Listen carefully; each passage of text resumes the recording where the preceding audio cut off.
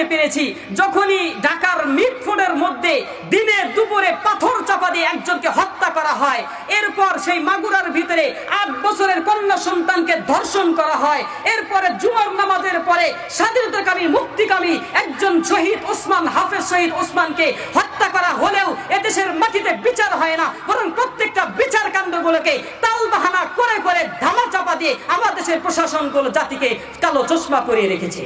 আসসালামু আলাইকুম ওয়া রাহমাতুল্লাহি ওয়া বারাকাতুহু। ইন্নাল হামদালিল্লাহ নাহমাদুহু ওয়া নাস্তাঈনুহু ওয়া নাস্তাগফিরুহু ওয়া নু'মিনু বিহি ওয়া নাতাওয়াক্কালু আলাইহি ওয়া নাউযু বিল্লাহি মিন শুরুরি আনফুসিনা ওয়া মিন সাইয়্যাতি আমালিনা। من يهد الله فلا مضل له ومن يضلله فلا هادي له وأشهد أن لا إله إلا الله وأشهد أن سيدنا ومولانا محمد هو المصطفى سيد الورى والشمس الهدى. فقال تعالى في كلامه المجيد وفي فرقانه الحميد: أعوذ بالله من الشيطان الرجيم بسم الله الرحمن الرحيم. يا أيها الذين آمنوا لا تتخذوا اليهود والنصارى أولياء بعضهم أولياء بعض. صدق الله المولانا العظيم.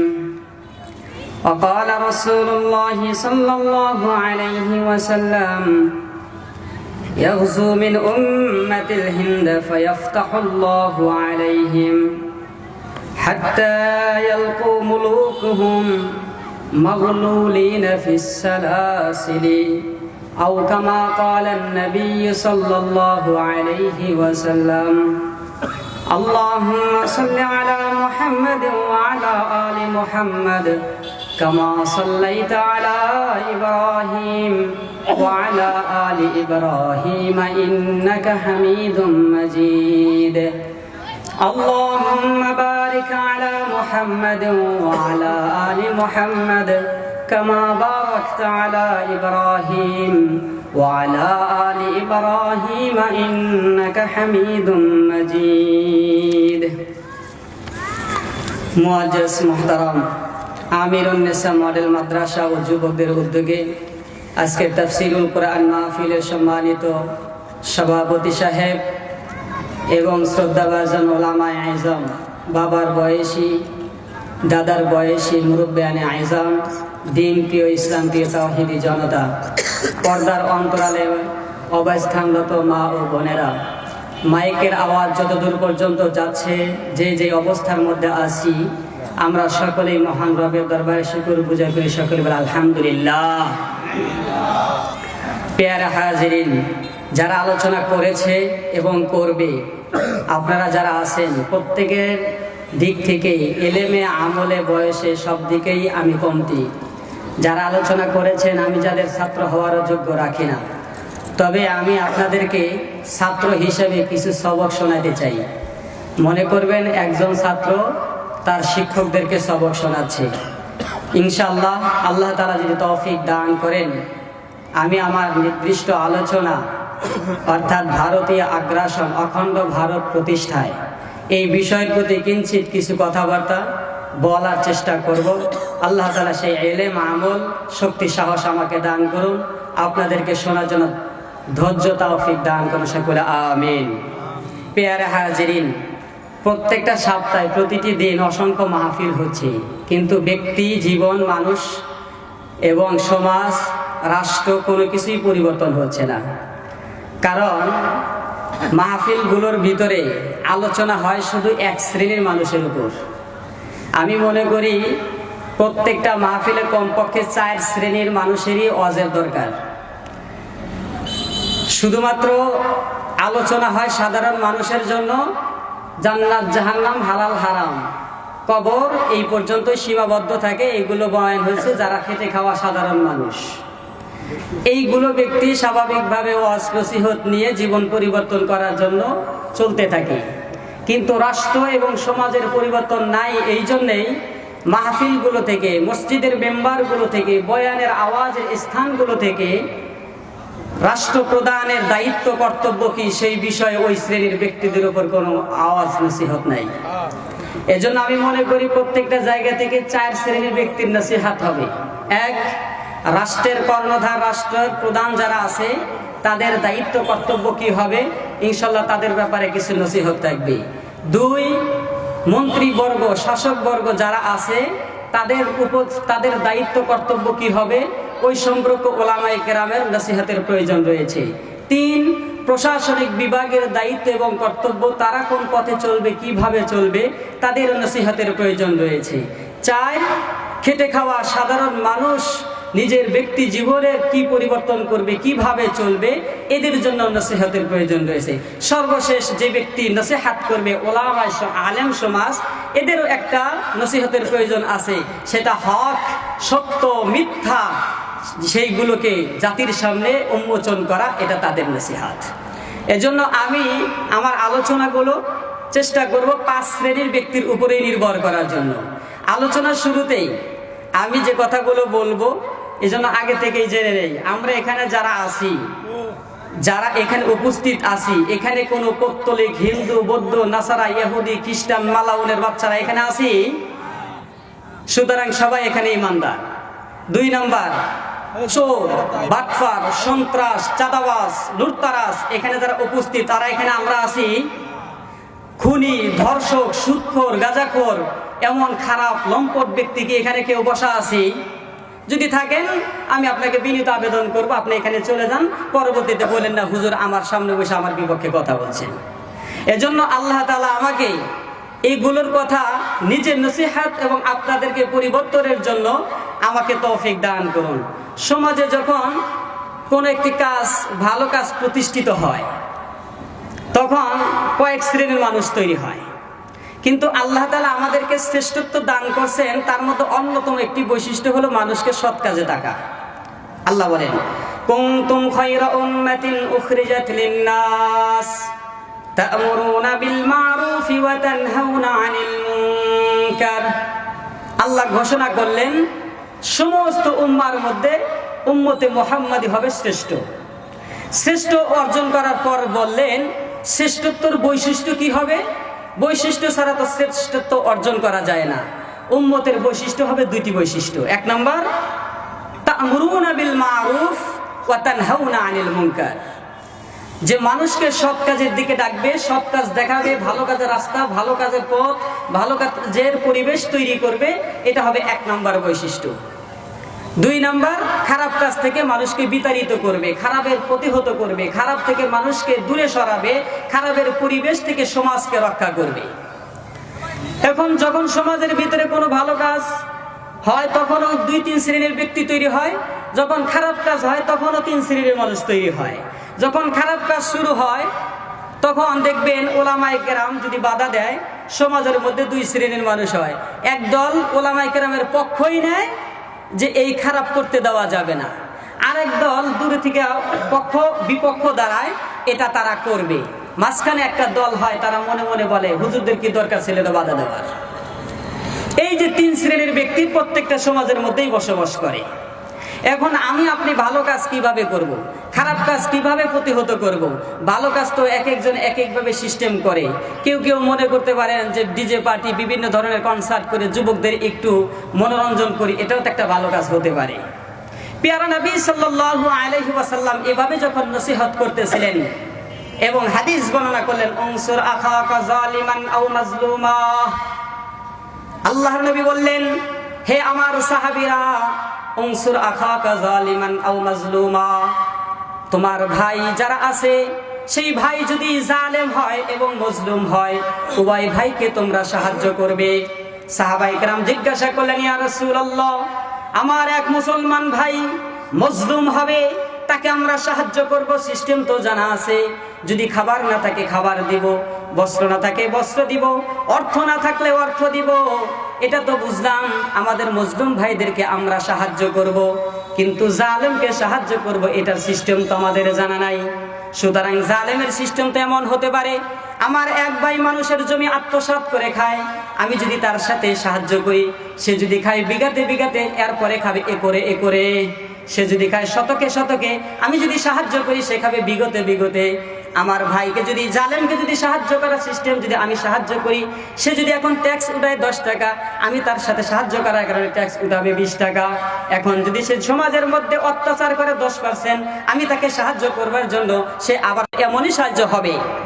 আল্লাহ নবী বললেন না, মজলুমকে সাহায্য করার সিস্টেম এক ধরনের, জালেমকে সাহায্য করার সিস্টেম অন্য ধরনের।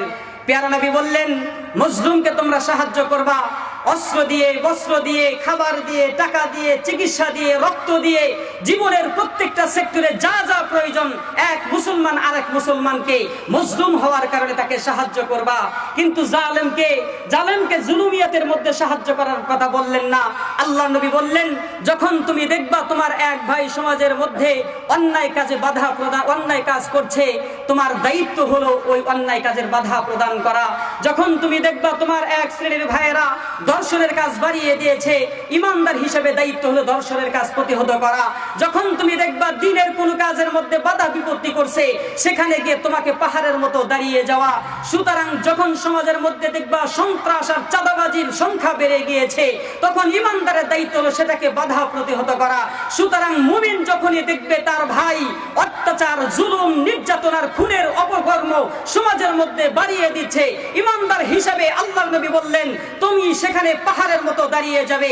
আর এই খুনি, ধর্ষক, চাঁদাবাজি, টেন্ডারবাজি তোমার আপন ভাইও যদি হয়, ইমানদার হিসেবে দায়িত্ব হলো ওই ইমান, সেই জালেমের জুলুমের কাল হাতকে ভেঙে দেওয়া, এটা প্রত্যেকটা ইমানের দায়িত্ব।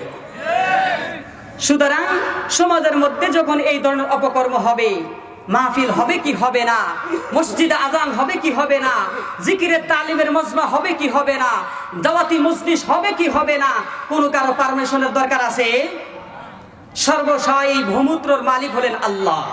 আপনি যদিও মালিকানা সূত্রে কিছুদিন এটা রিফায়ারিং করার আপনাকে দায়িত্ব দেওয়া হয়েছে, আপনার পরবর্তীতে আপনার সন্তান আসবে, সন্তানের পর নাতি আসবে, এরপর পরবর্তী প্রজন্ম চলতে চলতে চলতে চলতে আপনার বংশ থেকেই দূরে সরে যাবে, কিন্তু আপনার কৃতিত্ব থাকবে না।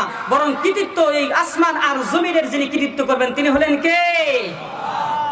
এই ভূখণ্ডকে রক্ষা করা, এই ভূখণ্ডকে নিরাপদ রাখা আমার আপনার ঈমানি দায়িত্ব। এই ভূখণ্ডকে রক্ষা করা, স্বাধীনতাকে রক্ষা করা, এটা আমার আপনার মুসলমানিত্বের দায়িত্ব। আল্লাহ পাক রব্বুল আলামিন এই ব্যাপারেই আমাদেরকে সতর্ক করলেন। ভূমি এবং আমার সমাজ, রাষ্ট্র, ব্যক্তিকে রক্ষা করতে হলে সেই তিত্ববাদী ইহুদিবাদীদের সেই কবল থেকে আমার সমাজকে রক্ষা করতে হবে, নিজেকে রক্ষা করতে হবে, জাতিকে রক্ষা করতে হবে, রাষ্ট্রকে রক্ষা করতে হবে। এর কয়েকটি টিপস আমাদেরকে নিতে হবে। আল্লাহ নবী সাল্লাল্লাহু আলাইহি ওয়াসাল্লাম ঘোষণা করলেন সিস্টেম, আল্লাহ তাআলা বাতায়া দিলেন আমাদের পদ্ধতি। আল্লাহ বলেন, ইয়া আইয়ুহাল্লাযীনা আমানু, হে ঈমানদারেরা, লা তাত্তাখিযুল ইয়াহুদা ওয়ান নাসারা আউলিয়া বাদুহুম আউলিয়াউ বাদ। আল্লাহ তাআলা কেমন যেন ঈমানদারকেই শুধুমাত্র ডাক দিলেন, যারা কেবলমাত্র আল্লাহর প্রতি আস্থাশীল এবং বিশ্বাস স্থাপন করেছে। নামাজ পড়ো আর না পড়ো, হজ করো আর না করো, জিকির করো আর না করো, ঈমান যেহেতু গ্রহণ করেছো, আল্লাহ তাআলা তোমাকেই ডাক দিয়ে বলছে, তোমার মুখে দাড়ি না থাকতে পারে, তোমার পরনে পাঞ্জাবি না থাকতে পারে, তুমি শাইখুল হাদিস হতেও পারো, নাও হতে পারো, হাফেজ কোরআন হতেও পারো, নাও হতে পারো, তোমার মুখে দাড়ি এবং পাঞ্জাবি টুপি কোনো কিছুই না থাকুক, যেহেতু তুমি ইমানদার ঈমান হিসাবে গ্রহণ করেছো, আল্লাহ তাআলা তোমাকেই ডাক দিয়ে বলছেন, ইয়া আইয়ুহাল্লাযীনা আমানু, হে ঈমানদারেরা, লা তাত্তাখিযু, তোমরা গ্রহণ করো না, লা তাত্তাখিযুল ইয়াহুদা ওয়ান নাসারা, ইহুদি এবং নাসারাদেরকে আউলিয়া, অভিভাবক হিসাবে, প্রভু হিসাবে, বন্ধু হিসাবে, নেতৃত্বর লিডার হিসাবে তোমরা তাদেরকে গ্রহণ করো না। কেননা আল্লাহ তাআলা নিজেই বলেন, বাদুহুম আউলিয়াউ বাদ, যতই তোমার সাথে বন্ধুত্ব আর হৃদ্রতা যতই কিছু দেখাক না কেন, তারা নিজেরা বন্ধুত্ব সময়ের প্রেক্ষিতে তারা তোমার পিছু ছেড়ে দিবে। যখনই তুমি হিন্দুদের সাথে, নাসারাদের সাথে, ইহুদিদের সাথে, খ্রিস্টানদের সাথে বন্ধুত্ব করতে পারো, রাষ্ট্রীয়ভাবে তুমি তাদের সাথে ইতাআত করতে পারো, কিন্তু তোমার রাষ্ট্রের সাথে যখন সম্পর্ক ছিন্ন হয়ে যাবে, কোনো কিছু আরেকটা জায়গার সাথে যখন ঠনক কোনো বিষয়ে লেগে যাবে, তখন তুমি দেখবা তোমার সাথেকার এই বন্ধু বিধর্মী হওয়ার কারণে তার কোনো এক বিধর্মী দূরের কাউকে বন্ধু হিসেবে গ্রহণ করছে, তোমার সাথে এই ব্যক্তি নাই।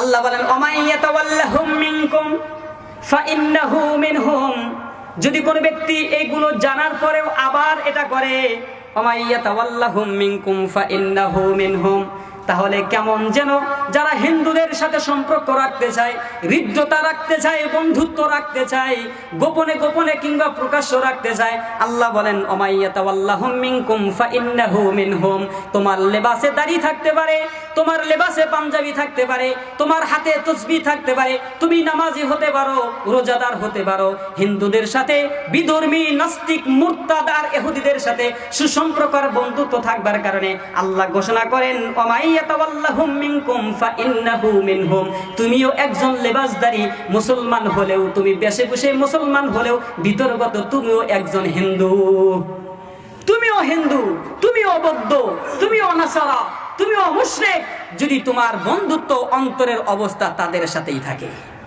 সুতরাং আমি শুরু থেকেই আপনার বিবেকের কাছে প্রশ্ন রেখে যাচ্ছি, আমার বন্ধুত্ব, আমার প্রাণ, আমার সম্পর্ক কাদের সাথে, ব্যক্তি হিসাবে কাদের সাথে, রাষ্ট্র হিসাবে কাদের সাথে, সমাজ হিসাবে কাদের সাথে, ভৌগোলিক মহা উপদেশ হিসেবে কাদের সাথে সম্পর্ক, আপনি আপনার বিবেকের কাছে প্রশ্ন করুন। আমরা এরপর সামনের দিকে যাচ্ছি। তাহলে বন্ধুত্ব কাদের সাথে করব? ইন্নামাল মুমিনুনা ইখওয়াতুন ফাআসলিহু বাইনা আখাওয়াইকুম ওয়াত্তাকুল্লাহা লাআল্লাকুম তুরহামুন। ইন্নামাল মুমিনুনা ইখওয়া, এক মুমিন আরেক মুমিনের ভাই হবে, ঘোষণা করেছেন আরশের মালিক আল্লাহ। মুমিন মুমিনের সাথে সম্পর্ক নাই, মুমিন মুমিনের সাথে বন্ধুত্ব নাই, এমন জীবন যখন আসবে, লাঞ্ছনার গ্লানি তখন আমাকে চেপে বসবে, ইহুদিবাদী, পৌত্তলিক এবং তিত্ববাদীরা আমাদের উপর জেগে বসবে। প্রভু হিসাবে আমাদেরকে স্বাধীনতা হরণ করে প্রভু হিসাবে আমার বুকের উপর দাঁড়িয়ে আমাকে শাসন করবে। আমার বন্ধু রাষ্ট্রের সাথে আমার সম্পর্ক নাই, ইমানদারের সাথে আমার কোনো সুসম্পর্ক নাই। এটা যদি আমি আপনাদেরকে আরো খোলাসাভাবে বলতে চাই, যদি রাষ্ট্র হিসাবে বলি আর ব্যক্তি হিসাবেও বলি, আপনি বিবেক দিয়ে বেছে নেন। এই দেশে এই ইতিহাসের শুরু থেকে নিয়ে দীর্ঘ 100 বছর পর্যন্ত যতগুলো রাষ্ট্রের ভিতরে বিপ্লব হয়েছে, পতন হয়েছে, যতগুলো সরকার দেশ ত্যাগ করেছে, প্রত্যেকটা মুসলমানের সরকার অন্য কোনো মুসলিম রাষ্ট্রের জায়গা পায় নাই, কোনো এক হিন্দু আর তিত্ববাদীদের রাষ্ট্রে তাদের ঠাঁই হয়েছে। সম্পর্ক তো হওয়ার কথা ছিল কোনো মুসলিম রাষ্ট্রের সাথে, সম্পর্ক তো হওয়ার কথা ছিল কোনো মুসলিম পরিবারের সাথে, কোনো মুসলিম গোত্রের সাথে। নেতা হিসাবেও যারা পলায়ন করছে, হিন্দু বাবাদের আশ্রয় পেয়েছে, মুসলমান কোনো সওদাগারের জায়গা তাদের ঠাঁই হয় নাই।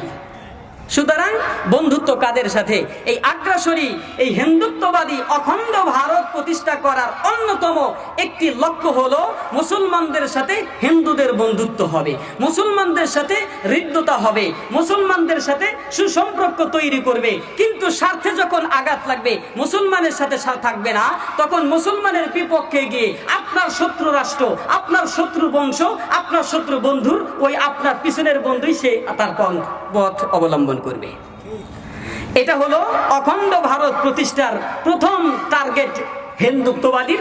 আমাদের পার্শ্ববর্তী রাষ্ট্র এই ভারতের প্রথম আগ্রাসন হলো মুসলমানদের মধ্যে বন্ধুত্ব তৈরি করা, ব্যবসার মাধ্যমে বিভিন্ন কিছুতে এভাবে আমাদের সাথে সুসম্পর্ক তৈরি করা। আর আল্লাহ বললেন আমার বন্ধুত্ব হবে মুমিনের সাথে, ইন্নামাল মুমিনুনা ইখওয়াতুন ফাআসলিহু বাইনা আখাওয়াইকুম। আমাদের মধ্যে যত মীমাংসা, আমাদের মধ্যে যত ঝগড়া ফেসাদ, সবকিছু তোমার আরেক মুমিন তোমার ঠিক করবে, আরেক মুমিন সংশোধন করবে। কোনো হিন্দু মালাউন এসে তোমার বিচার করবে না, হিন্দু মালাউন এসে তোমাকে সংশোধন করবে না, তোমাকে কোড গাইড দিবে না, বরং আরেক মুমিনই এসে তোমার বন্ধু হবে, অন্য মুমিন এসে তোমাদের মধ্যে মীমাংসা মিটাইয়া দেবে। সুতরাং এটা হলো আল্লাহর কথা। আমরা বন্ধুত্ব হিন্দুদের সাথে করব না মুসলমানদের সাথে করব?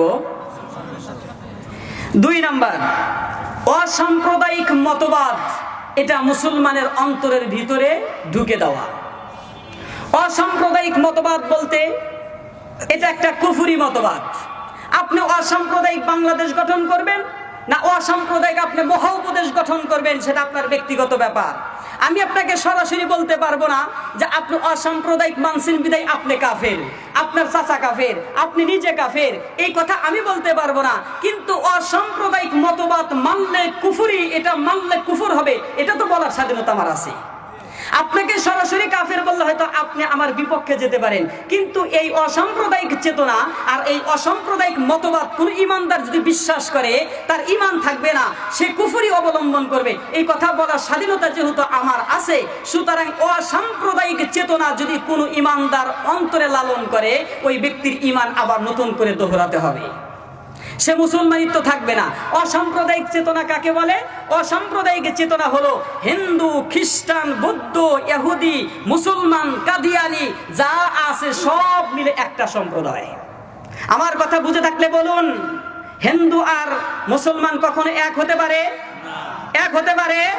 হিন্দু মুসলমান আর বৌদ্ধ কখনো এক হতে পারে? মুসলমান আর ইহুদি কখনো এক হতে পারে? সুতরাং আল্লাহ তাআলা কিয়ামতের ময়দানে সকল কাফের মুশরিকদেরকে একটা সম্প্রদায় বলে বলবেন জাহান্নামা খালিদিনা ফিহা আবাদা। প্রত্যেক অসাম্প্রদায়িক যারা আল্লাহর দ্রোহী করেছে, আল্লাহর সাথে কুফরি করেছে, সমস্ত কাফেরদেরকে একসাথে জাহান্নামে দিবে চিরস্থায়ীভাবে। আর যারা মুমিন হয়েছে তাদেরকে আলাদা করে জাহান্নামে দিলেও শাস্তি মাস্তি খাটায় আবার জান্নাতে দিবেন। সুতরাং পৃথক করেছেন কে? আরো জোরে বলেন কে? সুতরাং হিন্দু আর মুসলমান কখনোই এক নয়, মুসলমান আর বৌদ্ধ কখনোই এক নয়, মুসলমান আর খ্রিস্টান কখনোই এক নয়, মুসলমান আর নাসারা কখনোই এক নয়। কিন্তু আপনি ইমানদার হয়ে আপনি শুধু একটু আপনার পদের লোভে, আপনার গদিকে শক্তিশালী করবার জন্য, আপনার মুসনাদকে টিকিয়ে রাখবার জন্য আপনি ইমানদার দাবি, আপনার মুখের ভিতরে দাড়ি নিয়ে টুপি পরেও আপনিও বলছেন অসাম্প্রদায়িক বাংলাদেশ চাই। বলছে কি বলে না? বলেন আপনারা। সুতরাং অসাম্প্রদায়িক বাংলাদেশ অর্থ হলো হিন্দু, বৌদ্ধ, মুসলমান, ইহুদি, নাসারা, শিখ, কাদিয়ানি, সাদিয়ানি যা আছে সব মিলে একটা সম্প্রদায়। আমরা এই এক সম্প্রদায় মিলে এই অসাম্প্রদায়িক ভারত প্রতিষ্ঠা, অসাম্প্রদায়িক বাংলাদেশ প্রতিষ্ঠা, এই কুফরি মতবাদ অন্তরের ভিতরে লালন করলে ঈমান থাকবে? আপনার বিবেকের কাছে প্রশ্ন করুন। অসাম্প্রদায়িক চেতনা আপনি লালন করছেন, মসজিদে 5 ওয়াক্তের আজানও দিচ্ছেন, অসাম্প্রদায়িক চেতনা আপনি লালন করছেন, একামতও দিচ্ছেন, অসাম্প্রদায়িক চেতনা আপনি লালন করছেন, আবার বছর বছর হজও করছেন। এমন অসাম্প্রদায়িক চেতনা করতে গিয়ে, স্বজন প্রীতি আর বন্ধুত্ব টিকে রাখতে গিয়ে আমাদের দেশের বহু মুসলমান, বহু সুশীল আর বহু আমাদেরকে লিডারশিপ যারা আছে, এরা হিন্দুদের হিন্দু বলতে চায় না, মুশরিকদের মুশরিক বলতে চায় না, পত্তলিকদের পত্তলিক বলতে চায় না। মনে হয় যে হিন্দু না বলে দুলাভাই বলতে পারলে আরো বেশি ভালো হয়। শুধুই মাত্র স্বার্থ এতটুকু, হিন্দু বাবার ব্যালট পেপারের দায় দিয়ে আমি তার আমার মুসনাদ এবং আমার ক্ষমতাকে টিকিয়ে রাখবো, যেখানে আল্লাহ স্পষ্ট বলেছেন কুল ইয়া আইয়ুহাল কাফিরুন, হে নবী আপনি বলুন হে কাফেরের দলেরা। আমাদের দেশে বহু সুশীল ইমানদার দাবি করলেও হিন্দুকে হিন্দু, কাফেরকে কাফের বলতে চায় না, আবার ইমানদারও দাবি করে। এবার আপনি চিন্তা করেন, বিবেকের কাছে প্রশ্ন করেন, আপনি ব্যক্তি হিসাবে কোন শ্রেণীর আছে সেটা আমার দেখার টাইম নাই, সেটা আমার দেখবারও কোনো প্রয়োজন নাই। কিন্তু আপনি যেহেতু ইমানদার, আপনি যেহেতু মুমিন, আপনি যেহেতু মুসলমানের একজন পরিবারের সন্তান, আমি মুসলমানের একজন সন্তান হিসাবে বাবাকে আমি নসিহত করতে চাই, ভাইকে আমি নসিহত করতে চাই, দাদাকে আমি নসিহত করতে চাই। আসো, অসাম্প্রদায়িক চেতনা অন্তরে লালন করা যাবে না। হিন্দু এক সম্প্রদায়, হিন্দু, বৌদ্ধ, খ্রিস্টান, নাসারা একটা সম্প্রদায়, আলাদা সম্প্রদায়, মুসলমান আলাদা সম্প্রদায়। সুতরাং ওরা এক, সব মিলে এক। অসাম্প্রদায়িক হলেও মুসলমান কখনো অসাম্প্রদায়িক স্বীকার করে একাকার হতে এটা ইমানদারেরা পারে না। আপনারা চান? সুতরাং আপনারা যদিও মানেন এটা যে একটা কুফরি মতবাদ, এটা স্বীকার করেই মানতে হবে। কিন্তু আমার কথা হলো 60 বছর 70 বছর ইমামের পিছনে নামাজ পড়লাম, আমি বছর বছর কয়েকশো মাহফিল শুনলাম, কিন্তু অসাম্প্রদায়িক চেতনা কুফরি মতবাদ এটাই আমি জানতে পারলাম না। সুতরাং আমার এই 60 বছরের জিন্দিগির ব্যর্থতা, আমার এই 50 বছরের জিন্দিগির ব্যর্থতা, যেহেতু হুজুরের কাছে গিয়ে জিজ্ঞাসা করারও আমার সময় নাই, সেই জন্য আমি আপনাদেরকে আজকে হয়তো আজব হলেও কথাগুলো গুজব নয়, এই জন্য অসাম্প্রদায়িক চেতনা এটা হলো অন্যতম একটি অখণ্ড ভারত প্রতিষ্ঠা।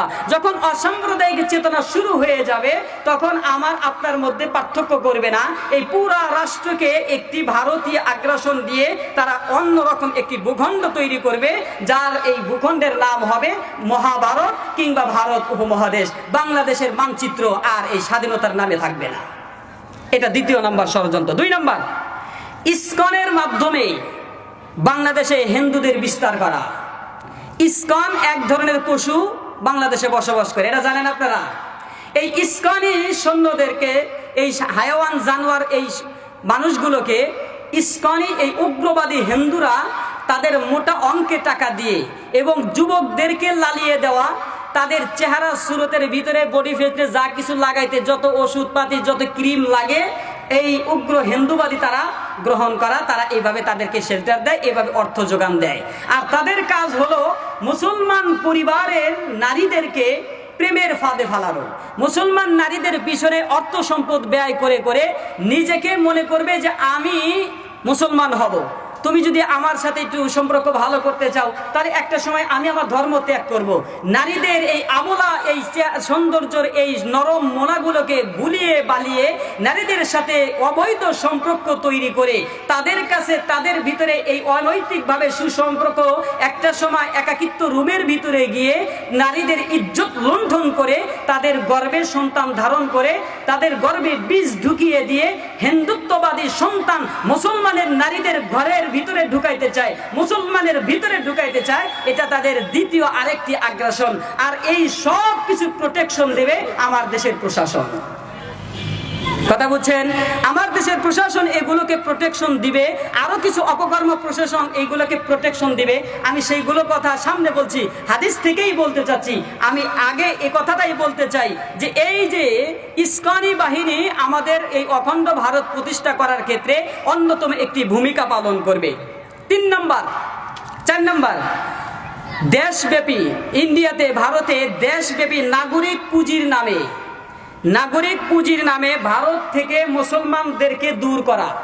আপনারা যারা এই কাশ্মীর আর বিভিন্ন প্রদেশ ঘুরছেন সেখানে একটা দেশব্যাপী নাগরিকের একটা কার্ড তৈরি করা হচ্ছে, মানে হিন্দুত্ববাদীর নামে নাগরিকতার এই কার্ড তৈরি করে যদি ওটাকে স্বীকার করে তো থাকতে পারবে, না পারলে থাকতে পারবে না। এইভাবে বহু জায়গাগুলো থেকে মুসলমানদেরকে হিন্দুস্থান থেকে ভারত থেকে দূর করা, বিটাবাড়ি থেকে দূরত্ব করা, বিভিন্ন জায়গা থেকে স্থানান্তর করার একটি ষড়যন্ত্র চলছে। 4 নাম্বার যে কথাটা আমি বলতে চাচ্ছি, ভারতের ভিতরেই অখণ্ড হিন্দুস্তান মর্জা একটি সংগঠন। এই সংগঠনের বক্তব্য হলো 2035 সালের মধ্যে ভারতে কোনো শিখ, খ্রিস্টান, মুসলমান এরা থাকতে পারবে না, বরং ভারতের ভিতরে শুধু হিন্দুরাই বসবাস করবে। এটা হিন্দু অখণ্ড হিন্দুস্তান মর্জা এদের বক্তব্য। কি আছে দেন? নারায়ে তাকবীর, আল্লাহু আকবার, নারায়ে তাকবীর, আল্লাহু আকবার। প্রধানমন্ত্রীর আগমন, শুভেচ্ছার স্বাগতম। সৌরবাসীর পক্ষ থেকে লাল গোলাপ শুভেচ্ছা, সৌরবাসীর পক্ষ থেকে লাল গোলাপ শুভেচ্ছা। নারায়ে তাকবীর, আল্লাহু আকবার।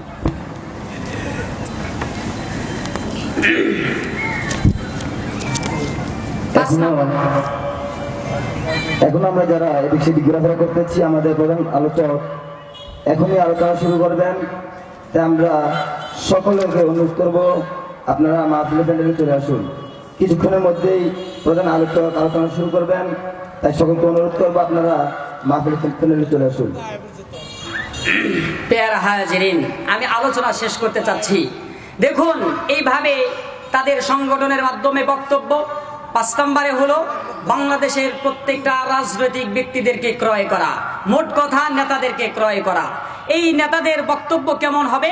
আল্লাহ রাসূল সাল্লাল্লাহু আলাইহি সাল্লামের মাধ্যমে 1450 বছর আগেই নেতাদের মুখের বুলি হিন্দুস্তানের পক্ষে হবে।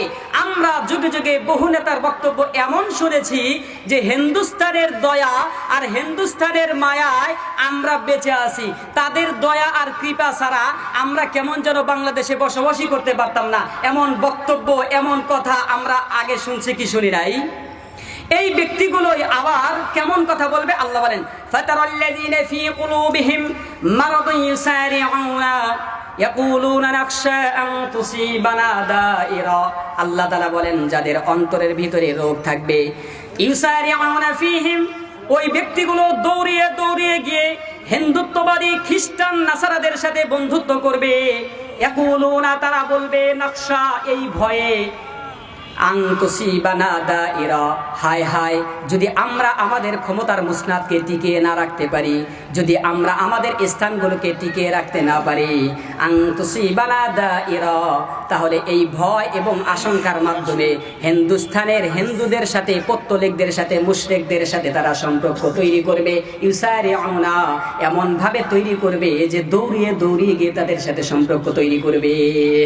আল্লাহ পাক রব্বুল আলামিন 1450 বছর আগে বললেন, আর হিন্দুরা মুসলমান রাষ্ট্রে জামাই আদরে থাকবে। এটা তো দৃষ্টি আমাদের চোখের সামনেই, কিন্তু আমাদের প্রত্যেকটা শাসক, প্রতিটি নেতা যদি আমাদের মুসলমানদের সেই খলিফাতুল মুসলিমিন আমির ওমর ইবনুল খাত্তাবের দিকে তাকাইতো, ওমর ইবনুল খাত্তাবের যুগে আবু মুসা আশআরী রাদিয়াল্লাহু তাআলা আনহুর স্থানে একজন গভর্নর ছিল বিচক্ষণ, যিনি বিচক্ষণতার সাথে দায়িত্ব পালন করতেছিলেন। বিভিন্ন রাষ্ট্রের দূত, অর্থাৎ বিভিন্ন রাষ্ট্র থেকে চিঠিপত্র আসলে সেগুলোকে মুসলমানের মধ্যে বলে বলে দিতেন। আবু মুসা আশআরী রাদিয়াল্লাহু তাআলা আনহুর ওইখানে ওমর ইবনুল খাত্তাব যখন প্রশ্ন গিয়ে বললেন, একটা প্রশ্ন আসলো শাম থেকে, ওই পত্রিকা, ওই চিঠি যখন তাকে পড়তে বলা হলো, ওমর ইবনুল খাত্তাব বললেন, হাল আনতা কারিউন লানা কিতাবান ফিল মাসজিদি জাআ মিনাশ শাম।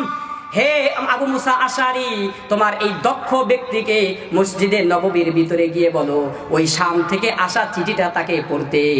ফাকালা আন্নাহু লা ইস্তাতি। আবু মুসা আশআরী বললেন, এই ব্যক্তি তো এটা পাঠ করতে সক্ষম হবে না। ফাকালা ওমর ইবনুল খাত্তাব রাদিয়াল্লাহু তাআলা আনহু বললেন, আজনুবুন হুয়া, সে ব্যক্তি কি অপবিত্র, সে ব্যক্তি কি নাজাসাত আছে? ব্যক্তি বললেন, লা বাল নাসরানিয়ু, না ওমর ইবনুল খাত্তাব আমিরুল মুমিনিন, সে ব্যক্তি তো নাপাকি নয়, বরং ওই ব্যক্তি হলো একজন নাসারা, খ্রিস্টান। ওমর ইবনুল খাত্তাব সাথে সাথে বললেন, ফাংতাহারানি ওয়া দারাবা ফাকিজিহি, তার এই উরুর ভিতরে খোসা দিয়ে বললেন, সুম্মা ক্বালা আখরিজুহু, একে তাড়াতাড়ি এই মদিনার ভিতর থেকে তোমরা বিতাড়িত করো। সুতরাং যদি ওমর ইবনুল খাত্তাবের মতো প্রত্যেকটা শাসক, প্রতিটি নেতা, প্রতিটি পলিটিক্স যদি এই দিকে লক্ষ্য রাখতো, একজন বিচক্ষণ রাষ্ট্রদূত যেখানে বিশ্বের সমস্ত চিঠিগুলো পড়ে পড়ে মুসলমানদেরকে শোনাইতেন, ওমর ইবনুল খাত্তাব যখন জানতে পারলেন মসজিদের ভিতরে ঢুকে মুসলমানদেরকে চিঠি পড়ার সক্ষমতা রাখে না, এই খ্রিস্টানকে মদিনায় রাখা যাবে না।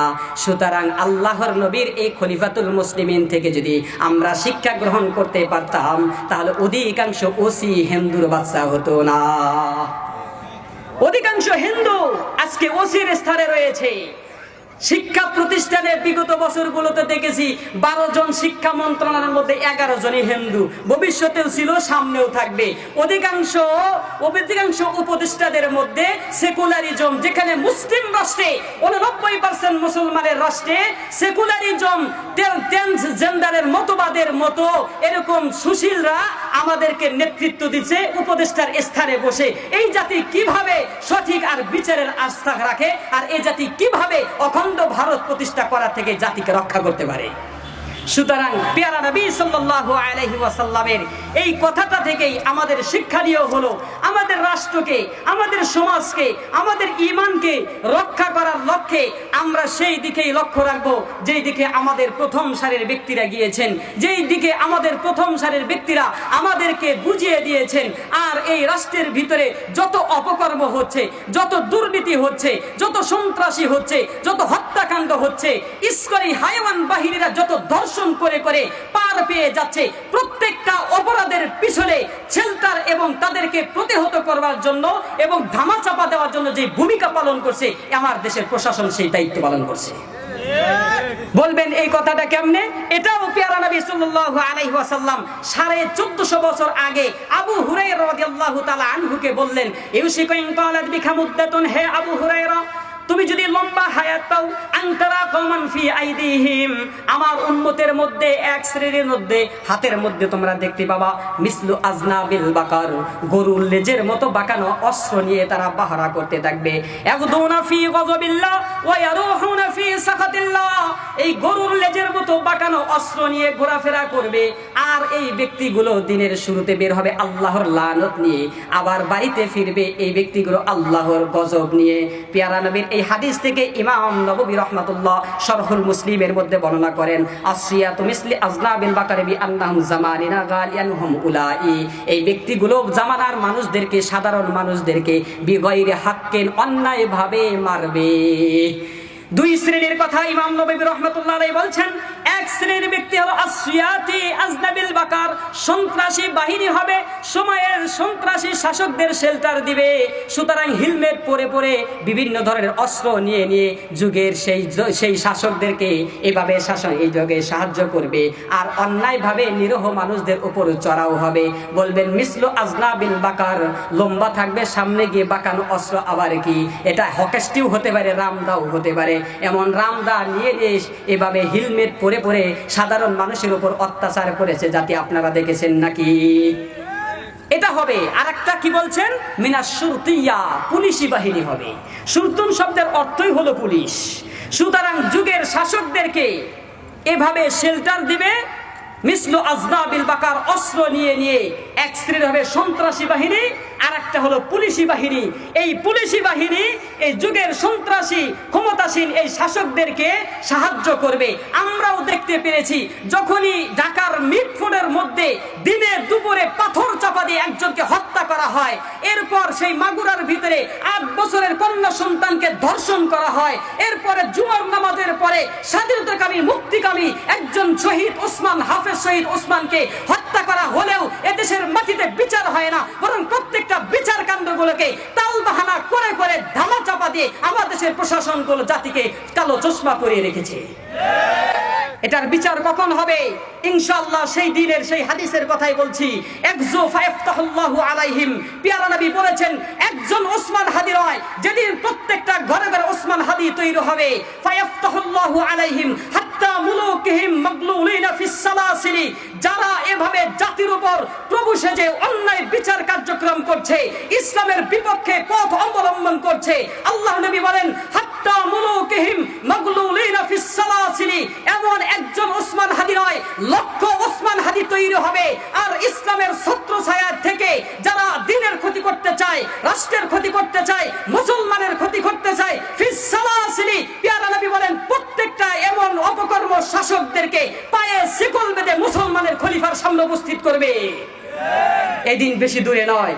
আল্লাহ তাআলা আমাদের এই চেতনা, এই জাগ্রত, এই ঈমানি সাহস, হিম্মত নিয়ে বেঁচে থাকার তৌফিক দান করুন। ঘরে ঘরে শহীদ সন্তান তৈরি করুন। নাসরুম মিনাল্লাহি ওয়া ফাতহুন করিব ওয়া বাশশিরিল মুমিনিন। আমি আসলে আলোচককে বসে কিছু কথা বলছি, বেয়াদবির জন্য আফওয়ান, আমি তার কাছে ক্ষমা চাচ্ছি, আপনাদের কাছে ক্ষমা চাচ্ছি। এই বলে আমি আমার বক্তব্য শেষ করছি। নাসরুম মিনাল্লাহি ওয়া ফাতহুন করিব।